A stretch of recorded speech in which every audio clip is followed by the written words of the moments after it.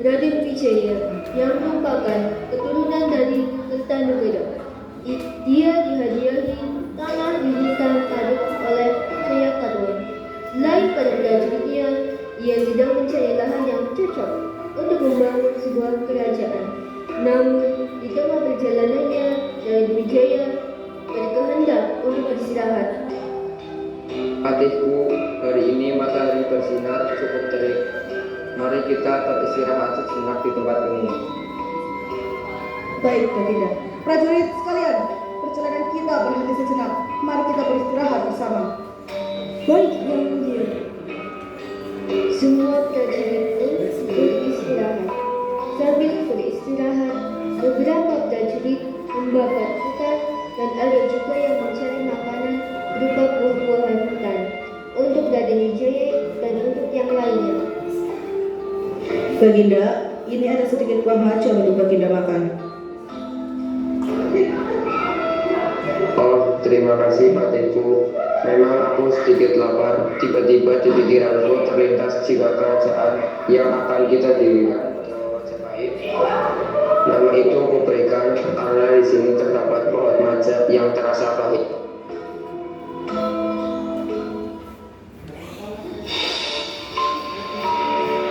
Akhirnya pada tahun 1293 didirikanlah kerajaan Majapahit yang terletak di selatan Sungai Berantas yang berpusat di Trawulan, Mojokerto.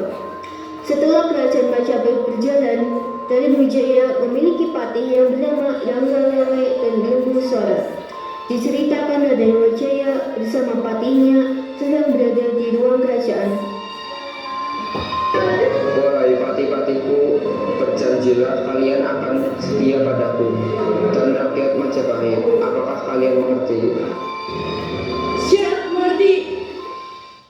Usai melanda ruang kerajaan, ternyata Ranggalawe dan Lembusora merencanakan pemberontakan untuk merebut tahta kerajaan dari Raden Wijaya.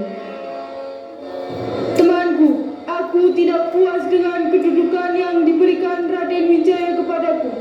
Aku sudah tidak sabar untuk merebut tahtanya. Benar, aku juga, dan telah ada banyak prajurit yang siap membantu kita.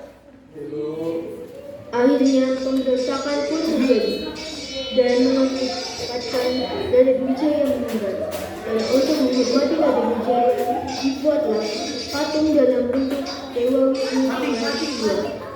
Raden Wijaya pun digantikan oleh Jayanegara. Saat masa awal pemerintahan Jayanegara, dia mulai dihasut oleh Mahapatihnya yang licik.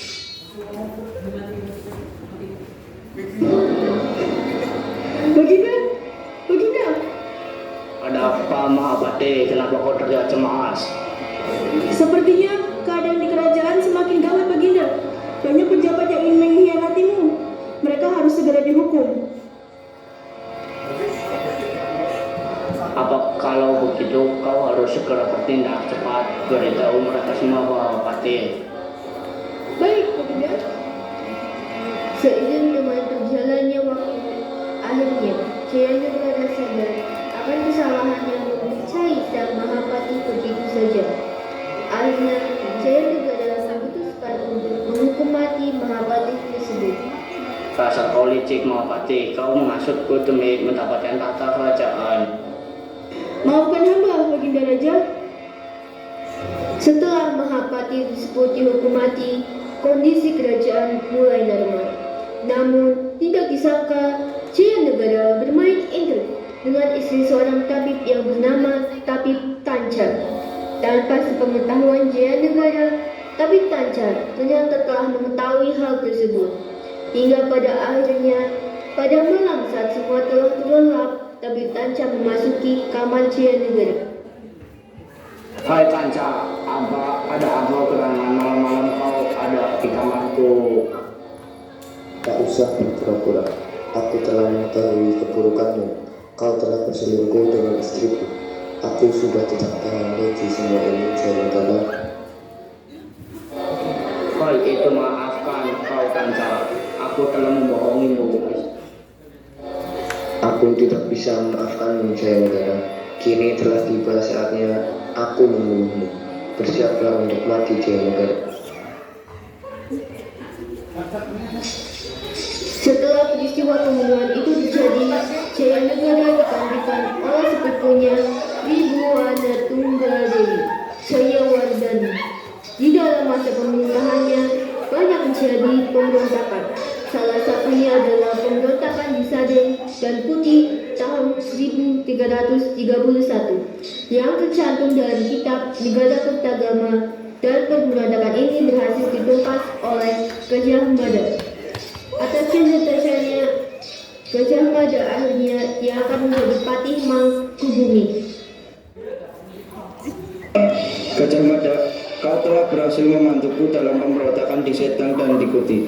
Aku sangat berterima kasih kepadamu, dan berkat pengabdianmu terhadap kerajaan, aku mengangkatmu menjadi Patih Mangkubumi. Baginda, semoga kamu menganugerahkanku gelar Patih Mangkubumi. Tentu saja, kau pantas mendapatkan buah dari pengabdianmu. Makasih yang mulia, karena yang mulia telah menganugerahiku gelar terhormat tersebut. Maka saya berjanji di hadapan para pembesar kerajaan, saya tidak ingin melepaskan kuasa bila telah menguasai Nusantara dan mengalahkan Gurun, Seram, Tanjung Pura, Baru, Pahang, Tongko, Bali, Sunda, Palembang, Tumasik. Demikianlah saya baru akan melepaskan kuasa. Setelah Gajah Mada mengucapkan janjinya, langkah pertama yang dilakukannya adalah dengan menundukkan Bali pada tahun 1343 dan dilanjutkan dengan menaklukkan seluruh wilayah Nusantara pada masa pemerintahan Hayam Wuruk. Hai Gajah Mada, kau memang seorang patih yang sangat hebat. Kau dapat mengalahkan Nusantara dengan sumpah palapamu. Kasih Baginda, karena engkau telah membantuku. Tanpamu juga aku tak akan bisa mendapatkan semua ini. Pada masa pemerintahan Hayam Wuruk terjadi perang Bubat. Peristiwa ini terjadi di ibu kota Majapahit. Awalnya ini adalah sebuah tipu muslihat Gajah Mada untuk memerintah kerajaan Sunda Pajajaran. Gajah Mada telah berhasil mendatangkan Raja Sunda Ki Babukara Maharjo dan putrinya Dyah Pitaloka.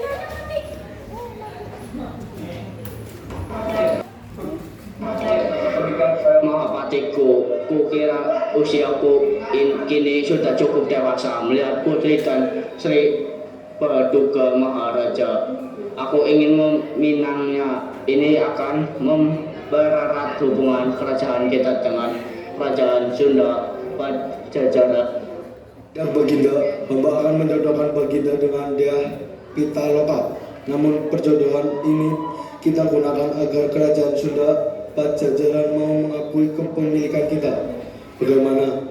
Apakah Baginda setuju?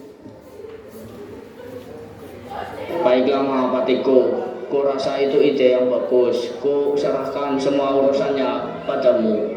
Di lapangan yang luas saat Gajah Mada dan Sri Paduka Maharaja dipertemukan.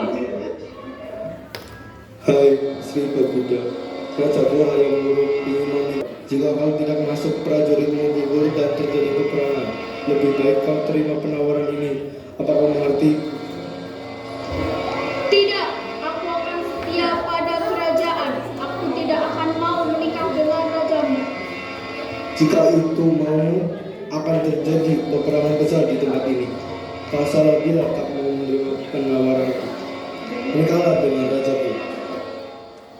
Aku tidak mau. Aku tak mau hidup bersama rajamu. Lebih baik aku mati daripada harus mengakui kedaulatan kerajaanmu. Aku tidak sudi. Aku akan membunuh diriku sendiri sebagai tanda aku akan tetap setia pada kerajaanku. Jangan anakku, ayah tidak ingin kau mati. Terimalah perjodohan itu. Ayah rela anakku. Aku tidak akan sudi. Tidak ayah, maafkan aku. Kau harus mengakui kedaulatan Majapahit. Aku tidak akan sudi. Kali lagi ku katakan, jika kau tidak masuk kerajaanmu, binasa. Lebih baik kau mengakui kedaulatan Majapahit. Tidak, demi mempertahankan kehormatan kerajaan, aku dan rakyatku akan berjuang sampai titik darah penghabisan. Iya.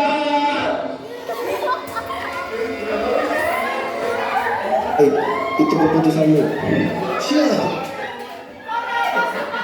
Karena tidak seimbangnya antara pasukan Gajah Mada yang berjumlah besar dengan pasukan Sri Baduka yang berjumlah kecil, peristiwa itu pun berakhir dengan gugurnya Sri Baduka, para menteri, pejabat, dan segenap keluarga kerajaan Sunda. Kerajaan Sunda pun binasa di lapangan Tuban, sehingga disebut Perang Tuban. Patiku, terima kasih selama ini kau telah mengabdi pada kerajaan Saksamo. Akan dicatat oleh sejarah walaupun kini kau sudah tak menjadi patiku. Saya akan tetap dan selalu berjuang demi kerajaan Majapahit. Kondisi ekonomi masyarakat Majapahit terbilang masyhur. Hubungan persahabatan yang dijalin dengan negara tetangga itu sangat mendukung dalam bidang perekonomian seperti pelayaran dan perdagangan. Wilayah kerajaan Majapahit terdiri atas pulau dan daerah kepulauan yang menghasilkan berbagai sumber perdagangan. Setelah beberapa lama Majapahit berjaya, ternyata tibalah masa keruntuhannya. Karena kematian Gajah Mada dan ibunya, Sri Buana Tunggadewi, Hayam Wuruk kehilangan penasehatnya dan menyebabkan kerajaan menjadi gunjang-ganjing. Perselingan dan intrigue politik di antara keluarga kerajaan pun terjadi setelah Hayam Wuruk meninggal pada tahun 1389. Akhirnya, kerajaan Majapahit pun runtuh.